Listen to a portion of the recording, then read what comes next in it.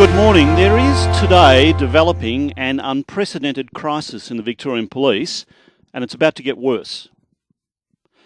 I believe that 2 of the 3 deputies to the Chief Commissioner are about to quit, or have already given advance notice they may quit. They are Ken Lay, the former head of traffic, and Sir Ken Jones, the head of crime. Both are extremely capable, effective, high-profile, respected police. Now, their departure, if it is allowed to go ahead, will seriously undermine the effectiveness of the police force and comes at a time when the Chief Commissioner and the command structure itself is under intense pressure. Now, it was obvious yesterday the state government is rapidly losing patience with those who run the police force.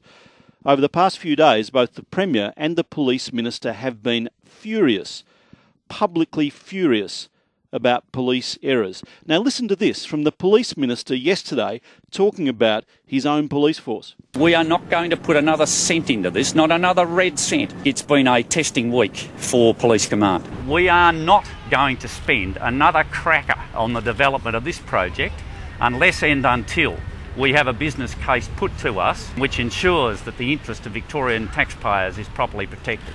That is the Police Minister talking about the people who work for him and are in charge of a massive budget. Now, I believe at high levels of government there's also a belief that the police have been too political. Now, I don't know whether that's fair criticism or not, but I do know there have been a litany of errors, bad management, wasted money. Most important, errors which seem not to have been addressed quickly enough and have potentially put the public at risk. And that's the bottom line here. The public, it would seem, has been at risk. That's the most important thing. This must come to a head. It must be resolved, or the confidence and the operation of the Victorian Police Force is jeopardised. Now that, if it happens, affects every hard-working copper out there on the street and every member of the public who is walking on that street. Now these 2 men, Ken Lay was Deputy Commissioner for Traffic. For reasons I don't understand, he was removed from that role, which he was handling very well. Now, I believe he was very disappointed, but accepted the decision graciously. It is now being considered, I believe, he is now being considered for a job working in the traffic area in Indonesia. He'll be a great loss if he goes. Then there's Sir Ken Jones. He's a copper's copper. Now, let's face it, he arrived with his knighthood and we thought, who is this bloke? Well, very quickly he's won support of the Victorian community. He's only been here 2 years, but he's got government and public support. He talks straight. He seems like the sort of man whose real buzz in life is not corporate meetings. His real aim in life is to lock up crooks, and he gets pleasure out of it. I've been told he has given notice of his resignation and may leave as early as September. That may even have been done in writing, although I have not seen such a document. If it happened, it would have gone to the Chief Commissioner. Now, none of this has been officially confirmed, but I have it from 2 sources now that this is happening, 2 very reliable sources, and we are trying to confirm it officially. We have asked to speak to Mr. Overland and Sir Ken. I think Ken Lay, by the way, is away. He may even be in Indonesia on that negotiating that job. Mr. Overland has agreed, despite his ban on his regular segment, has agreed to speak to me at 9:30. Now, perhaps Sir Ken can be convinced to stay. But if he goes, it'll be a massive step backwards for Victorian Police. And I reckon if he goes, the next step should be to keep him in Australia. He's got talent, he's got focus, he's got ability, he relates well to the public. If he does leave the police force, we've got to keep him here somewhere, working for Victoria. We can't afford to lose people like Ken Jones. If he must leave the police force, if he does leave the police force, we've got to find him a job somewhere, somehow, in law and order. You don't just throw away a lifetime of experience and a gold-edged reputation for integrity. If this comes to a head, as it may, we've got to keep him.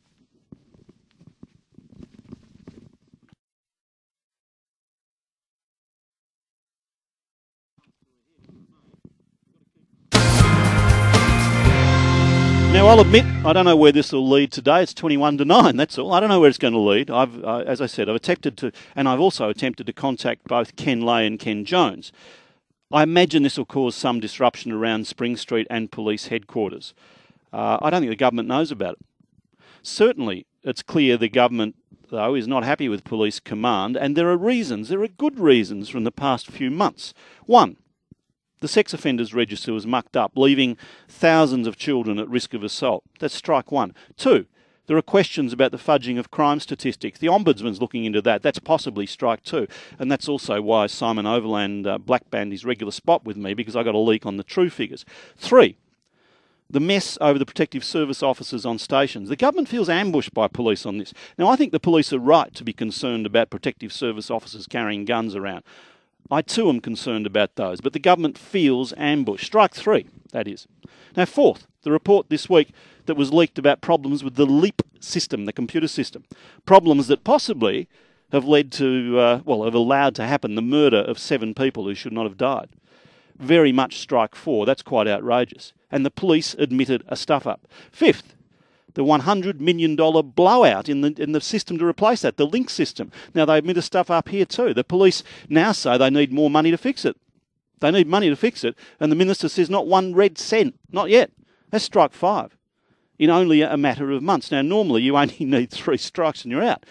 I know there are other issues behind the scenes that concern the government. There's a belief that some in the force have effectively been briefing against the government. I don't know if that's true.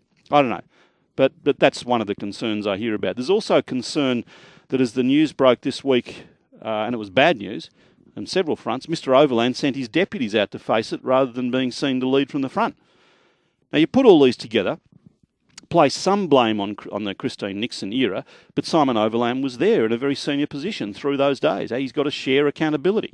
Now, regardless, these are the reasons the government is unhappy. These are the reasons the situation is very unhealthy. A government must have full confidence in those who are leading the police force. And it now seems that they haven't. I think that's been shown publicly. But you don't just sack a chief commissioner. You can't do that. You can't do that. He must be above government interference on all operational matters. There's a very clear separation of powers there. He must be independent. But the government can carpet him and say, now look, things aren't being managed well here. Money is being wasted. Public safety arguably is being compromised. The government can carpet Simon Overland and say, you must do better. And frankly, they should, and he must.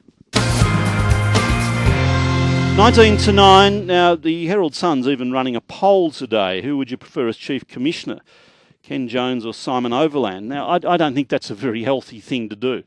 I really don't. I think that's not the sort of pressure and tensions you need in the police force. It's not the Herald Sun's fault. It's the fact that situation exists.